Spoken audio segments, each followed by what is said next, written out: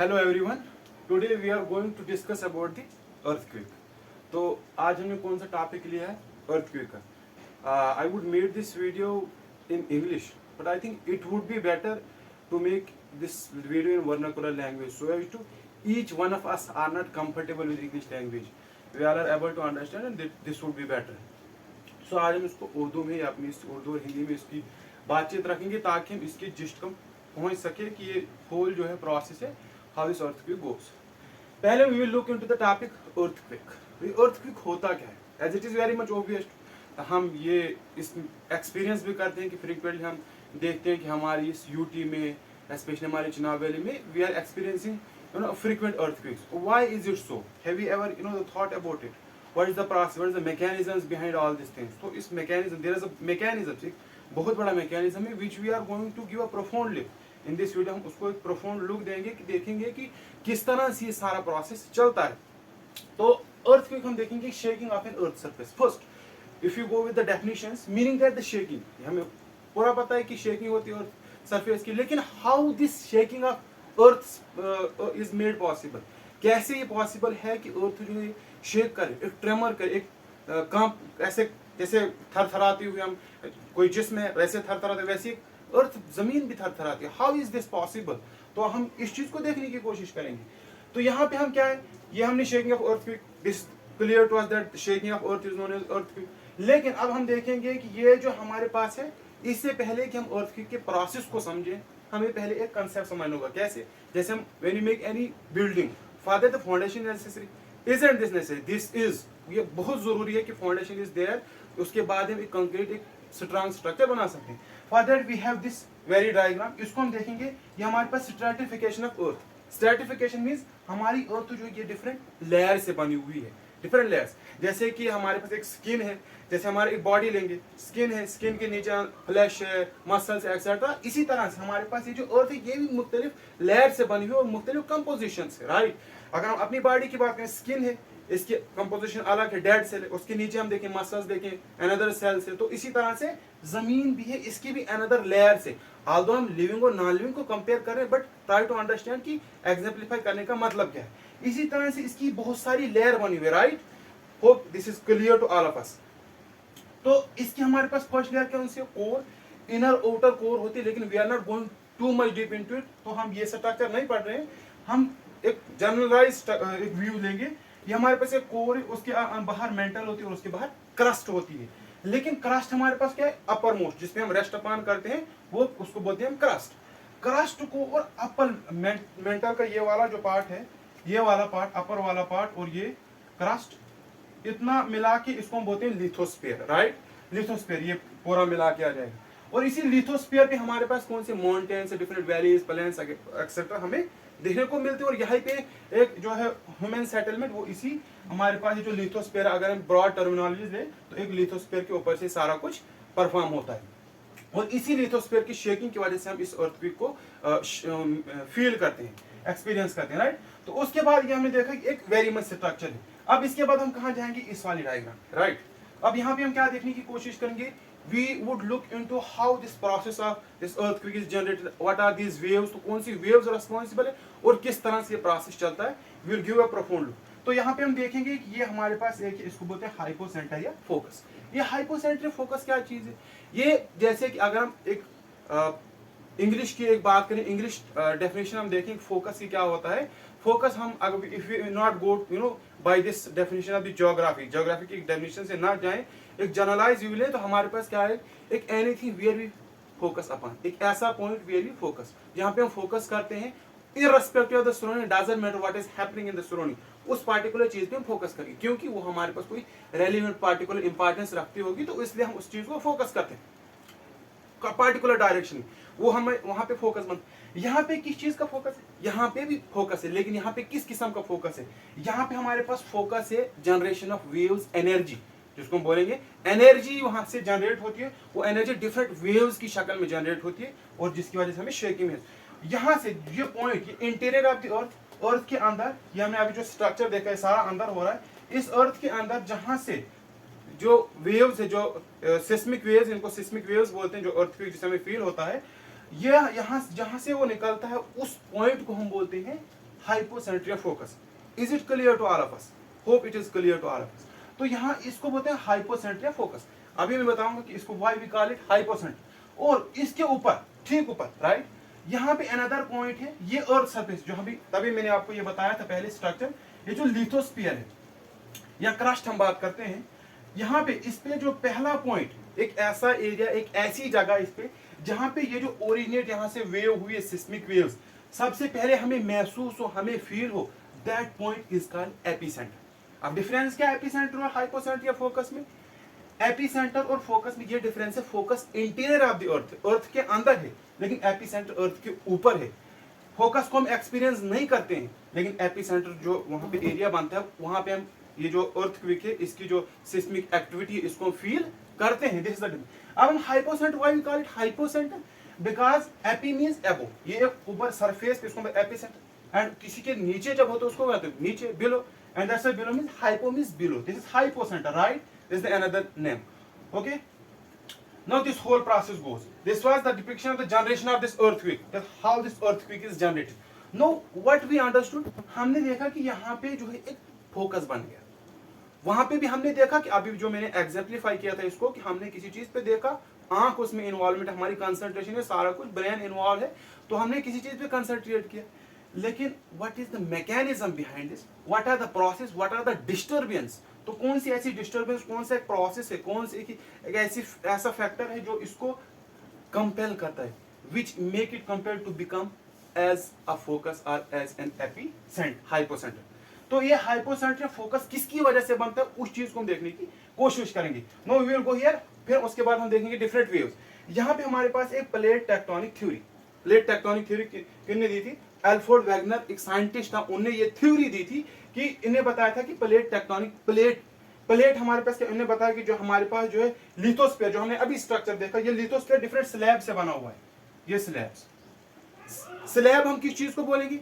Slab हम बोलेंगे उस चीज के, जैसे बिल्डिंग है, बिल्डिंग को लेंटर डालते, एक बिल्डिंग को डाला, दूसरी बिल्डिंग को डाला, ये एक बिल्डिंग है, दूसरी बिल्डिंग है, तीसरी बिल्डिंग, इनको हमने लेंटर डाला, राइट? तो जो हमने इनको लेंटर डाला, अब ये स्लैब बन गए, इनको बोलेंगे स्लैब, लेकिन इनकी थिकनेस कंपैरेटिवली कम होगी, राइट? तो अर्थ इतना जाइंट स्ट्रक्चर है, वेरी मच ऑब्वियस, इनका जो साइज है बहुत बड़ा होगा। लेकिन ट्राई टू अंडरस्टैंड कि मैंने इसको कैसे एग्जाम्पलीफाई किया। इस तरह से स्लैब बन गई, राइट?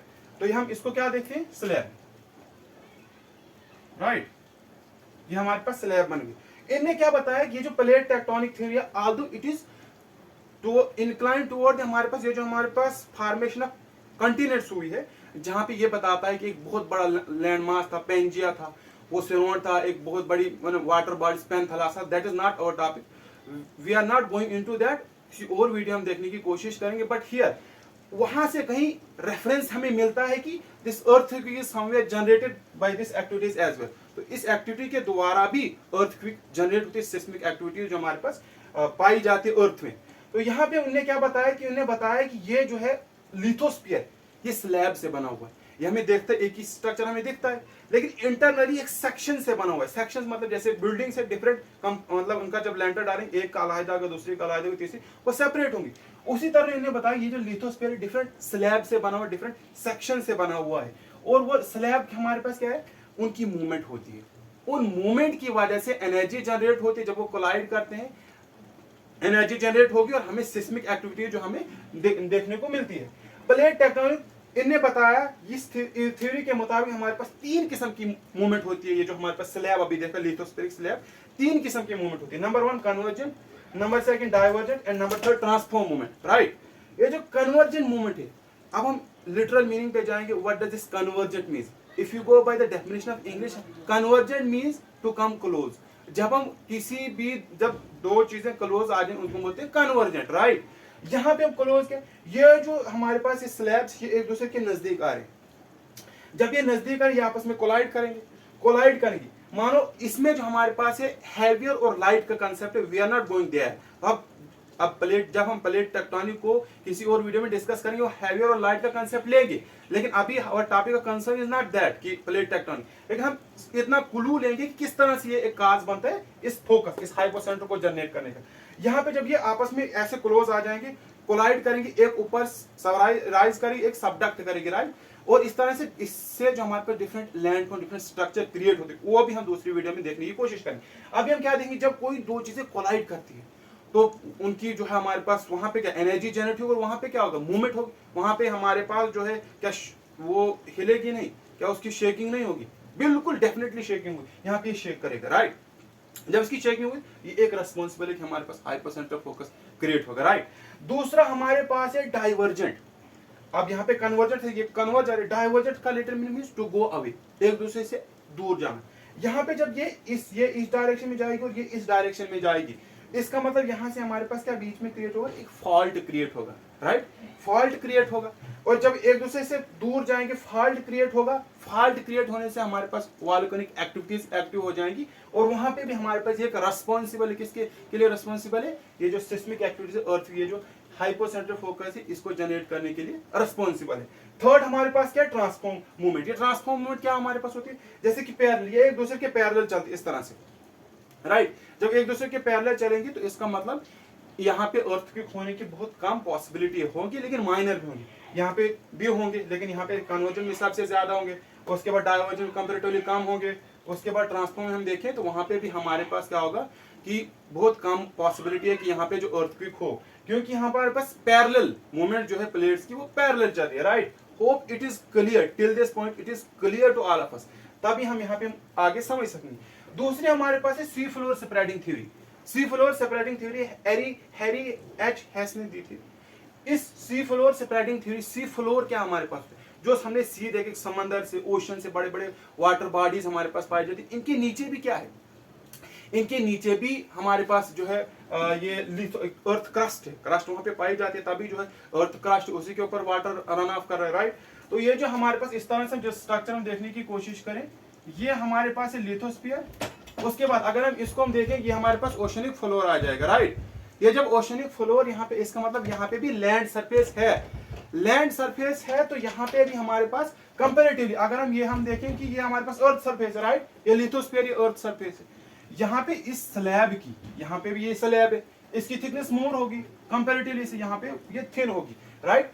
इस थिन की वजह से कहीं क्रैक्स डेवलप होते हैं, फॉल्ट डेवलप होते हैं, और वहां से क्या होता है कि वॉल्केनो जो हमारे पास मैग्मा है, ये जो हमारे पास मेंटल और कोर है, इतना ज्यादा टेम्परेचर हाई कि everything present is present in molten mass में। मोल्टन मास एक लिक्विड मास में पाया जाता है, इतना ज्यादा टेम्परेचर। इसका मतलब हाउ कुछ लिक्विड यहाँ पे प्रेजेंट, उसको बोलते हैं मैग्मा, उसको हम ज्योग्राफी की टर्मिनोलॉजी से मैग्मा के नाम से जानते हैं।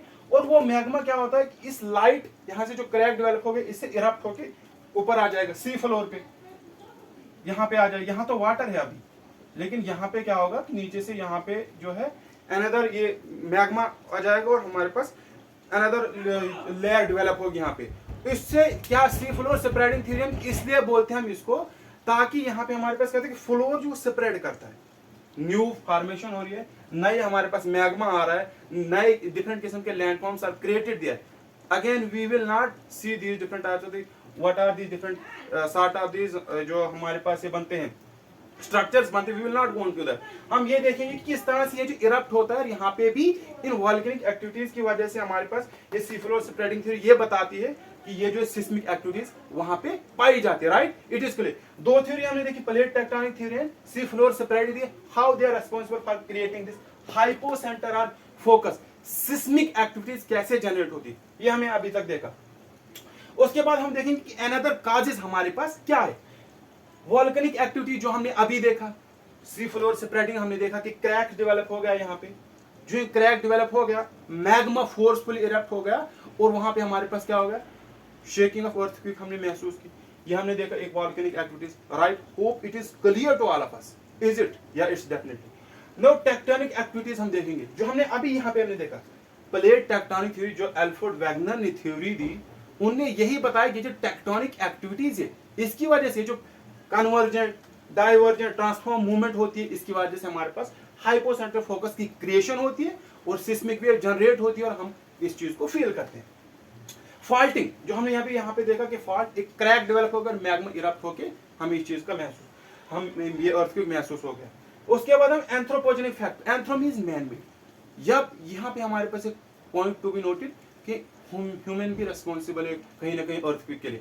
आल्दो उसकी इंटेंसिटी मैग्नीट्यूड लेस होगा, लेकिन कहीं ना कहीं हम भी जैसे कि माइनिंग की हमें ब्लास्टिंग वहां पे होगी, ये भी हमारे पास एक काज बनता है कि अर्थक्वेक हम शेक तो करती है ना, आल्दो कम शेक करेगी, मैग्नीट्यूड कम होगा, आर्टिफिशियल मैन मेड है तो, लेकिन शेक तो किया ना अर्थ सरफेस में, इसका मतलब ये इस डेफिनेशन में इसको कवर करता है। लोकल काज हमारे पास क्या, लैंडस्लाइड होते हैं, बड़े बड़े बोल्डर्स उन्हें अपनी उस जगह को पोजीशन को छोड़ के अनदर स्लाइड करके वहां पे हमारे पास स्ट्रांग पॉसिबिलिटी है कि वहां पे जो है कहीं ट्रेमर हमें महसूस होगा। तो इस तरह से हमने देखा कि लोकल काज भी है। ये हम देखें डिफरेंट काज ऑफ अर्थक्वेक क्या, how this seismic activity is generated. अब हम इसके बाद हम देखेंगे कि कौन कौन सी किस्म के हमारे पास वेव्स है जो रिस्पॉन्सिबल है, जो इस हाइपोसेंट्रल फोकस से जनरेट होगी और हमें महसूस किस किस किस्म की वेव्स है ये हम देखने की कोशिश करें। पहले हमारे पास पी वेव्स है। पी वेव्स हमारे पास कौन सी, इसको हम प्राइमरी वेव्स के नाम से भी जानते हैं, राइट। एक लॉन्गिट्यूडनल वेव, लॉन्गिट्यूडनल हमारे पास अब लॉन्गिट्यूडनल ट्रांसफर हम देखने की कोशिश करेंगे। यहाँ पे हम देखेंगे लॉन्गिट्यूडनल वेव ट्रांसफर, जब इसकी इसी डायरेक्शन में एक हमने ले लिया, ये एक प्लेन है, इस प्लेन पे क्या करेगा, ये इसी डायरेक्शन में इस तरह से मूव करेगा, इस तरह से अपनी पोजीशन जो इसकी पोजीशन है upper one and below one, ये उसी पोजीशन में रहेगा, उस चीज को चेंज नहीं करेगा, इसको बोलेंगे लॉन्गिट्यूडनल वेव, राइट। ट्रांसवर्स क्या होगा, ट्रांसवर्स हमारे पास इस तरह से ये पीक बनेगी, इसमें पीक बनेगी, यहाँ से पीक बनेगी इसका, या इस ट्रांसवर्स वे में पीक्स बन रही है, इसका मतलब यहाँ पे ये बहुत डेंजरस होगी, ये पीक बने, उसके बाद फिर पीक बने, फिर पीक बने, फिर तो ज्यादा मूवमेंट होगी। तो लॉन्गिट्यूडनल वेव में मूवमेंट कम होगी, ट्रांसवर्स में मूवमेंट ज्यादा होगी, क्योंकि अभी हम इसको किस तरह से समझते हैं लॉन्गिट्यूडनल वेव को, मानो कि हमारे पास 10-15 लोग बैठे हुए, उनकी मूवमेंट ऐसे हो रही है, ऐसे ऐसे ऐसे ऐसे, वो आराम से मूव कर रहे हैं, आराम से ऐसे ऐसे ऐसे एक दूसरे की स्लाइड करके ऐसे ऐसे आगे जा रहे हैं, राइट। लेकिन ट्रांसफर्स कूद रहे हैं, एक कूद रहा है, दूसरा कूद रहा है, तीसरा कूद रहा है, चौथा ऐसे कूद कूद के, इसका मतलब इनकी एक्टिविटीज ज्यादा है। तो यहाँ पे इस तरह से जब कूद के ये लहर चलेगी, ये जस्ट टू आपको ये चीज एक्सप्लेन करने के लिए कि which is very much clear to us हो कि हम ये ट्रांसफर किस तरह से चलते, इसका मतलब यहाँ पे स्ट्रांग पॉसिबिलिटी है कि यहाँ पे हमारे पास ज्यादा जो डिफॉर्मिटीज देखने को मिलेगी। उसके बाद हम देखें इसकी स्पीड 8 किलोमीटर पर second, you can imagine 8 kilometre पर सेकंड। तो इसका मतलब यहाँ पे हाइपोसेंट्रल फोकस जनरेट होकर कुछ ही सेकंड में हमें ये चीज महसूस होती। अब यहाँ पे ऑल मीडियम मतलब जो भी हमारे पास लिक्विड हो, सॉलिड हो, गैस हो, हर मीडियम में ये पी वेव चल सकती है, कोई भी इररिस्पेक्टिव मीडियम ये उस पर ट्रेवल कर सकती है। उसके बाद एस वेव हम देखने की कोशिश करेंगे। एस वेव हमारे पास एक सेकेंडरी वेव है, ये भी हमारे पास वेव, ये किस तरह की वेव है, ये हमारे पास जिसको हम एस वेव के नाम से जानते हैं, इसकी स्पीड 4 किलोमीटर पर सेकेंड, कंपेरेटिवली लेस है, पी वेव्स की हमारे पास 8 है लेकिन इसकी 4 किलोमीटर है। ये हमारे पास अब ट्रांसवर्स वेव, ये जो एस वेव्स है ये हमारे पास इस किस्म की वेव्स है ट्रांसवर्स, और ये जो हमारे पास पी वेव्स है ये ऊपर वाली जो इस किस्म की वेव जो मैंने अभी आपको एग्जांपल करके बताया। और इसके अगर मूवमेंट की बात करें तो सिर्फ सॉलिड मीडियम में ये चल सकते हैं। इसका मतलब एस वेव अगर सॉलिड मीडियम है, जो हम अभी इसके रेस्पेक्ट में हम देखें, जो हमारे पास अर्थ क्रस्ट का जो सॉलिड पार्ट उससे तो ये मूव करेगी, लेकिन जहाँ पे मैग्मा लिक्विड पार्ट आ जाएगा वहां पे ये मूव नहीं कर सकती, एक ही सिर्फ सॉलिड में ये मूव करेगी। ये हमारे पास एस वेव, इसका मतलब इसकी वजह से कुछ शेडो जोन्स भी क्रिएट होते हैं। वो शेडो जोन्स क्या है हमारे पास, अगर हम देखें ये हमारे पास एक एरिया है, राइट, ये हमारे पास एक सॉलिड एरिया है, यहाँ पे हमारे पास एक लिक्विड, यहाँ से तो ये मूव करेगी, राइट, लेकिन यहाँ से मूव नहीं करेगी। इसका मतलब यहाँ से अगर ये ट्रेवल नहीं करेगी तो यहाँ से हमारे पास क्या एक शेडो जोन क्रिएट होगा। शेडो का क्या मतलब होता है, शेडो का मतलब ये होता है कि यहाँ से तो ये मूव, एक परछाई पड़ रही है इसकी, लेकिन एग्जैक्टली में यहाँ से तो ये मूव नहीं करेगी, एक शेडो डार्क जोन क्रिएट होगी, यहाँ ये आ ही नहीं रही है, सॉलिड सिर्फ सॉलिड मीडियम से जा रही है, राइट। उसके बाद हम यहाँ पे देखने की कोशिश करेंगे जो एल वेव्स, तीसरी वेव जो हमारे पास एल वेव्स है, इनको लॉन्ग वेव्स या सरफेस वेव्स के नाम से भी जानते हैं। इनकी स्पीड 3 किलोमीटर पर सेकेंड होती है, इनकी कंपैरेटिवली लेस, लेकिन ये भी हर एक मीडियम में ये मूव करते हैं। इस किस्म की हमारे पास जो है ये हमें ये दिखने को मिलती है कि इस तरह की वेव्स जो है ये सिस्मिक एक्टिविटीज के लिए रिस्पॉन्सिबल। ये जो एल वेव्स है, सरफेस वेव से हमें पता चलता है कि ये ही वेव रिस्पॉन्सिबल जिसकी वजह से डिफॉर्मिटीज, डिफरेंट किस्म के हमें डैमेजेस दिखने को मिलती है, ये सरफेस पे मूव कर। तो इस तरह से ये किस तरह से मूव कर, जब हमें सरफेस पे दिखने को मिलता है, इस एल वेव्स की वजह से, लॉन्ग सरफेस वेव्स की वजह से अर्थ, क्योंकि हमारे पास जो अर्थ क्रस्ट लिथोस्फीयर ये मूव अप करता है और इसकी वजह से हमें ये जो शेक महसूस होता है। ये हमने देखा कितनी किस्म की waves, right. Hope till this point it is very much clear to all of us, तो ताकि हम इस चीज को जब भी हमें नेक्स्ट टाइम कोई ये बताए कि this much earthquake, this much magnitude of earthquake occur, तो हमें ये पता होगा कि ये होल प्रोसेस जो है इसके पीछे जाता है, राइट। अब हम कुछ मेजर अर्थक्वेक के बारे में देखते हैं कि इंडिया में कौन कौन सी मेजर अर्थक्वेक हुए और कितने मैग्नीट्यूड के और कितना लॉस उन्होंने क्रिएट किया है। 1819 की बात है, कच्छ जो गुजरात में है, 8.0, यू कैन इमेजिन 8.0 मैग्नीट्यूड का अर्थक्वेक और 2000 लोग उसमें मर गए, राइट। 1905 में कांगड़ा में, ये हिमाचल प्रदेश में है, तो वहां का ये बताया जाता है कि 8.0 ये भी इसका मैग्नीट्यूड था, 19,500 लोगों की डेथ हुई थी। यू कैन इमेजिन कि कितनी कितना मास, कितने लोग जो है वो मर गए होंगे इसमें। तो उसके बाद इंजोर्ड कितने हुए होंगे, तो एक डेथ टोल है, जो जख्मी होंगे, जो इंजोर्ड होंगे, तो वो कितना होगा। तो उसके बाद 2001 में अगेन गुजरात में होगा 8.1, इससे 30,000 लोगों की मौत होगी। 8.1 मैग्नीट्यूड और 30,000 लोग मर गए। 2005 में इंडिया पाकिस्तान बॉर्डर पे एक और अर्थक्वेक 8.1 हो गया, 10 लाख लोगों की डेथ बताई जाती है कि वहां पे, ये एक बुक में लिखा था, तो ये बताया जाता है कि 10 लाख लोगों की डेथ हुई थी। तो कितना मेजर, कितना बड़ा अर्थक्वेक हुआ था, कितना लॉस हुआ था। तो दिस वाज टुडेज टॉपिक कि हम आए दिन सुनते हैं कि अर्थक्वेक हुआ, ये हुआ, इस जगह पे हो, उस जगह पे हो। तुर्की में भी हमने देखा था।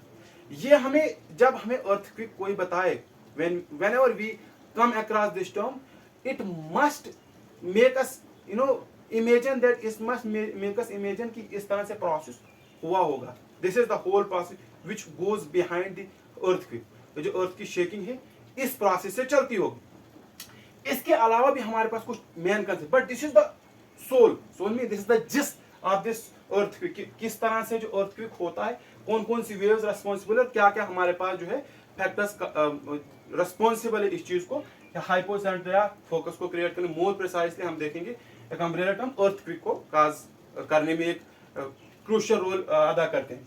तो यहाँ पे हमने देखा, उसके बाद हमारे पास जोन्स भी, जोन 1 टू जोन 5 है, लेकिन जोन 1 डज नॉट एग्जिस्ट। ये आपके लिए क्वेश्चन है, why zone 1 does not exist.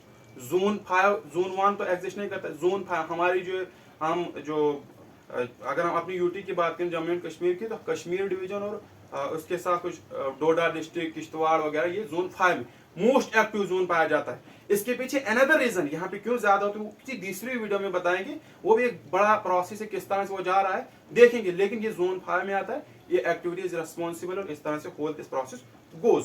So thank you so much.